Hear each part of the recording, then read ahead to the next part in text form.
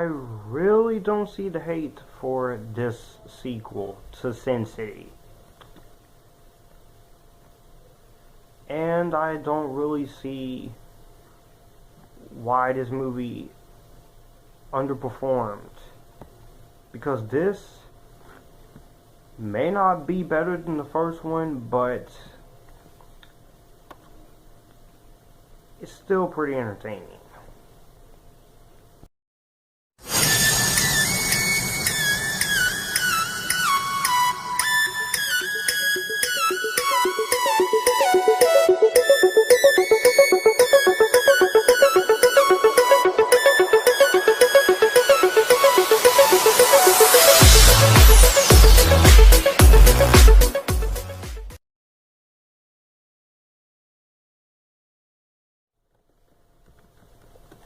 Sin City, A Dame to Kill For, once again directed by Robert Rodriguez and Frank Miller. The script this time is only written by Frank Miller based on his comics of the same name, and is primarily based on the second book in the series.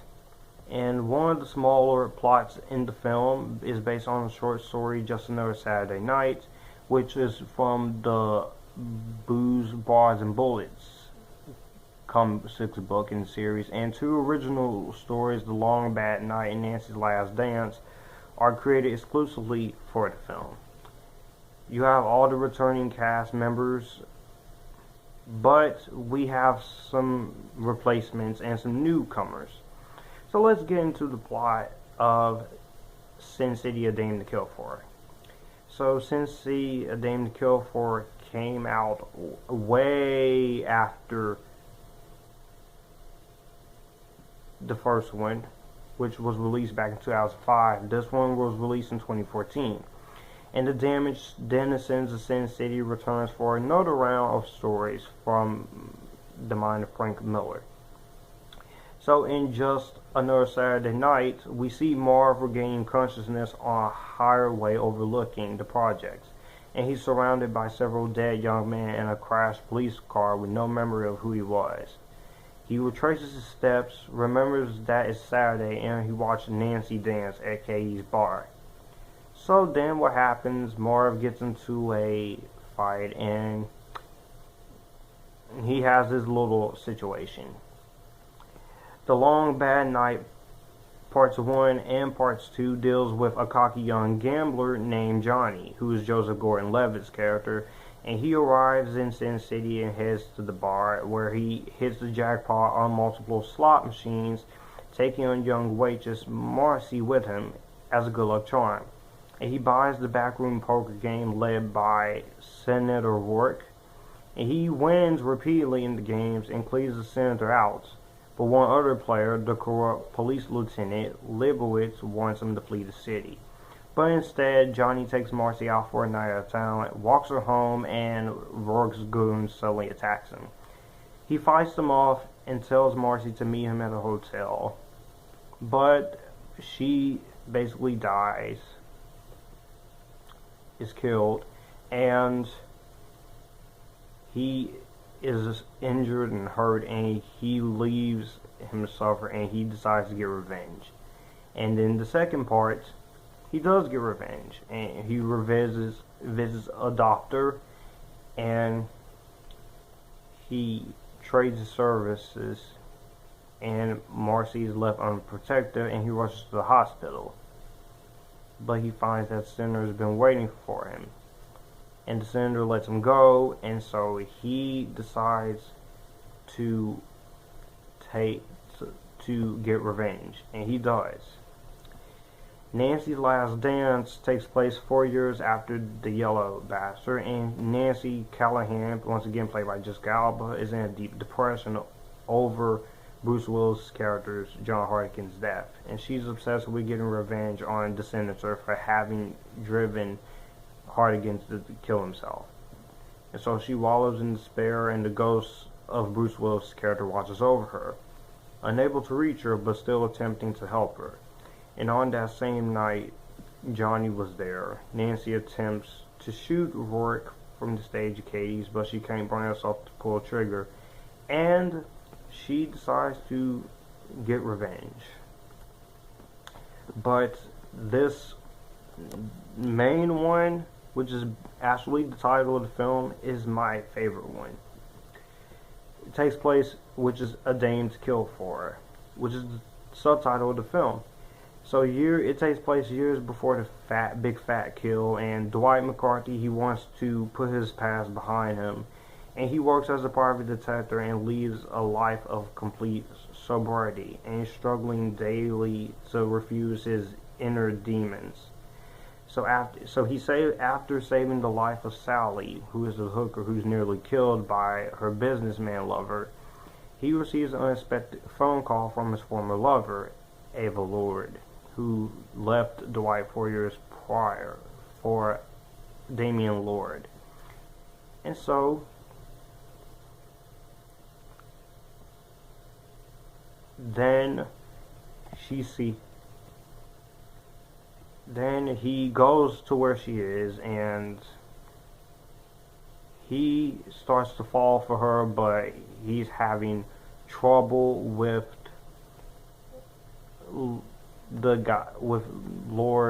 Damian Lord's peoples. And so he then returns home, and he basically gets Marv to help him, and bunch of and Gail and Miho, they basically decide to help him, and they give him a new face, and Dwight comes back to get his lover. Pretty much. That is basically the entire synopsis of this movie. So, let's talk about Sin City: A Dame to Kill For. Now, the first one is still the better movie, but this, I don't think it's a bad movie. I don't think it's as bad as everyone says it is, and I definitely don't understand why this movie did not make its budget back. Maybe it's because, I guess, the long wait or something, I don't know, but whatever it was, this movie is awesome. Now, I do say the movie's awesome, right? And does that mean the movie's perfect? No. And this one, the last one was 2 hours and 2 minutes, theatrically, and 2 hours 24 minutes extendedly. This one is only 1 hour 42 minutes, and I feel like this movie could have been a lot more longer to flesh out all the stories. But they all serve their purpose, but I just felt like you could have at least had more fleshed out moments here. And I get it, you're following the main story and the shorter stories, but the movie could have at least been a little longer. Also, some of the recasting choices and some of the new faces are hit and miss. But let's talk about those hit and miss new choices and new casting choices. When it comes to some of the casting choices here, now Devin Aoki, she couldn't play her part due to her second pregnancy, and Jaime Chung took over. And Jaime Chung does a great job at taking over for Devin Aoki's character Mio. Dennis Haysbert, it's not nearly as good as Michael Clark Duncan. You do miss Michael Clark Duncan, may he rest in peace, who died before they even started making this one. But at least Dennis Haysbert, he has a lasting impression as Minutes. And some of the other newer characters, now Jeremy Piven replaces Michael Madsen as Bob, and he's fine as the character. You also have Ray Liotta as Joe Cannelli. He does a pretty good job. Christopher Meloni as Moritz. He's fine. Julia Garner as Marcy. She does fine. Now, when it comes to the other, there's two casting choices I didn't really like. Lady Gaga is Boothe. I know she's been in American Horror Story, the TV series, and I want to see how she does in A Star Is Born, but here I just don't really buy her. I don't really buy her character.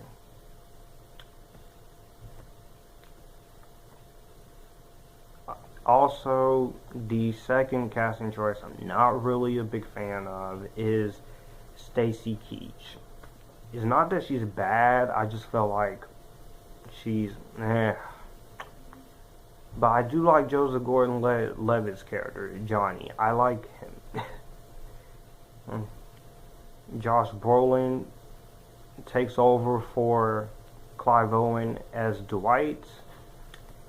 And you have the rest of the cast members from the first film back. You got Mickey Rourke coming back as Marv, Jessica Alba as Nancy, Rosario Dawson as Gail, Bruce Willis as John Hartigan, Powers Boothe as Senator Rourke.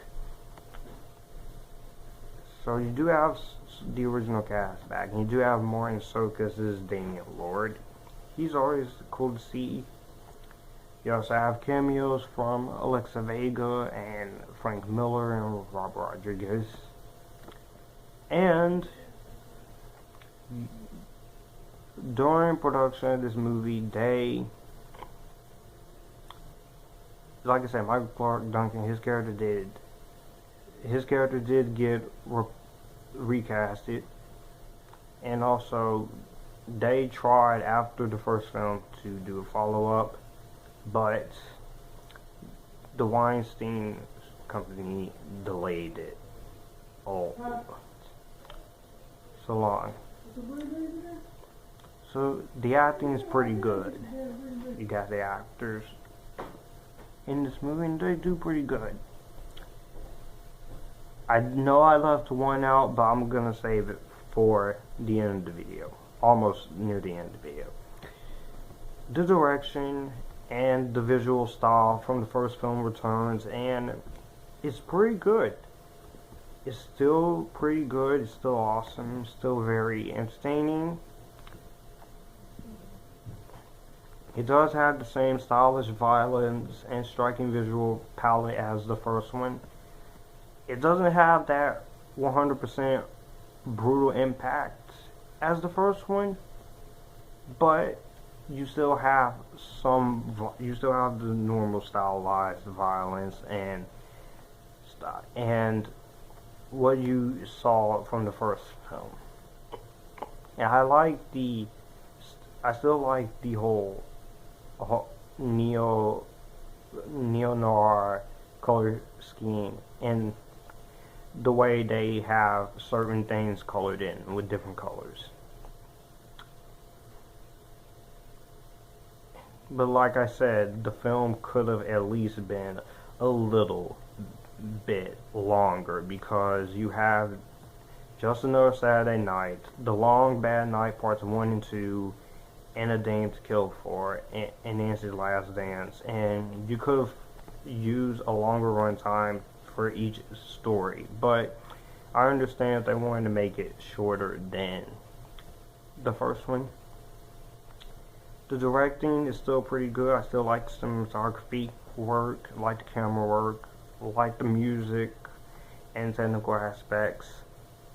and the visual effects. This has a budget of 65 million, where the last film had a budget of 40 million.